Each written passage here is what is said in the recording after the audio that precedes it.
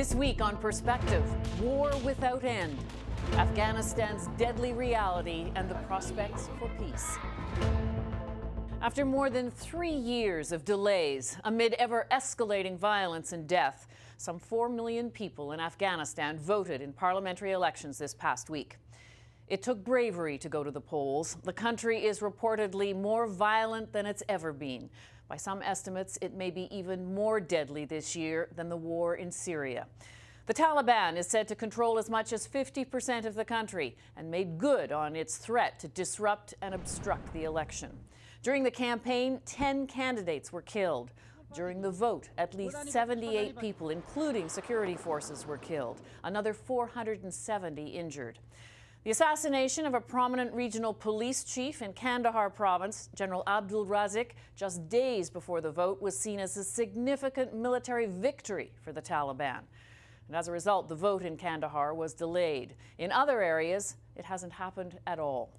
Results are not expected for several days, but no matter the outcome, the process highlights the desperate and deadly reality in a country that's been at war for decades. In a country where most have only known war, peace may seem a distant dream. But the U.S. is now leading an effort to try to find a way to begin peace talks with the Taliban. This week on the program, we'll assess the results of 17 years of war in Afghanistan and the prospects for peace. We'll speak with an analyst with first-hand experience of the conflict. We'll hear from a human rights activist in Kabul, and we'll speak with an expert on Canada's aid programs in the country. But we begin on the ground in Kabul with freelance journalist Zakarya Hassani. Zakarya, given all of the events around the election last weekend, I want to know first what the atmosphere is like in Kabul, where you are.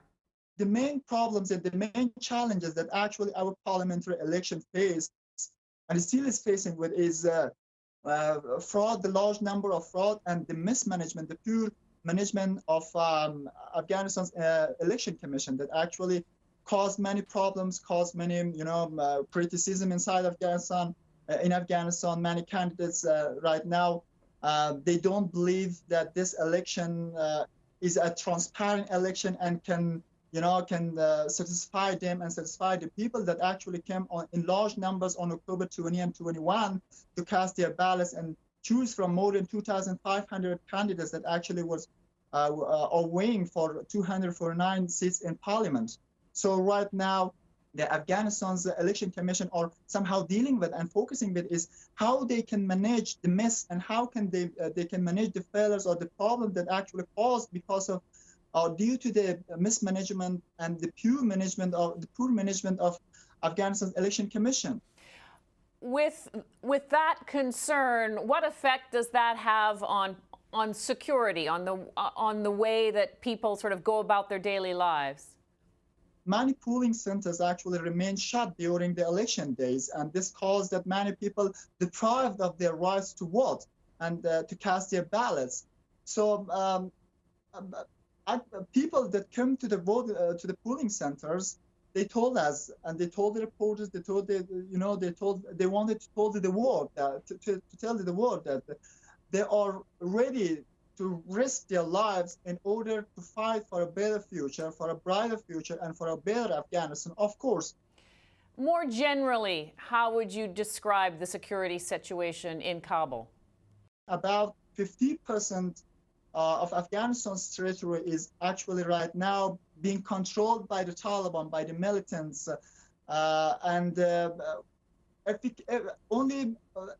if we come to the recent attacks in Kabul, we cannot say that, for example, that which parts of Afghanistan is safe to go and is safe to stay. Even in Kabul, we have recently witnessed many deadly attacks. We have been targeted in mosques, we have been targeted in cities while we are walking, we have been targeted in schools and educational centers, and we are under threat in every corner of Afghanistan, in 4 districts of Afghanistan where the militants are controlling there.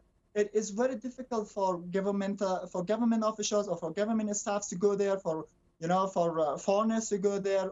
Insecurity is a serious challenge we are facing with that even in our big cities.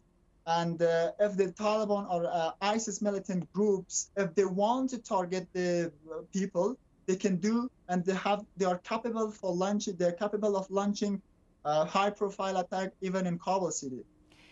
Given the situation that you describe, what do people tell you about what they think about a peace process and negotiations with the Taliban? One thing about the peace process is that, unfortunately, people are not clearly, in touch with what's going on with the peace process. Whether the government is about the government that discussing or negotiating with the Taliban, the people are not aware of the subject and aware of the content of this negotiations or discussion. Despite that people wants peace, wants a peaceful settlement in Afghanistan, and want to put an end to this bloody war, but they also worry of the negotiations that actually going on, or they want to understand or to have a better understanding of what's going on in these negotiations. Thank you very much for your insight. We appreciate your time. My pleasure. Thank you.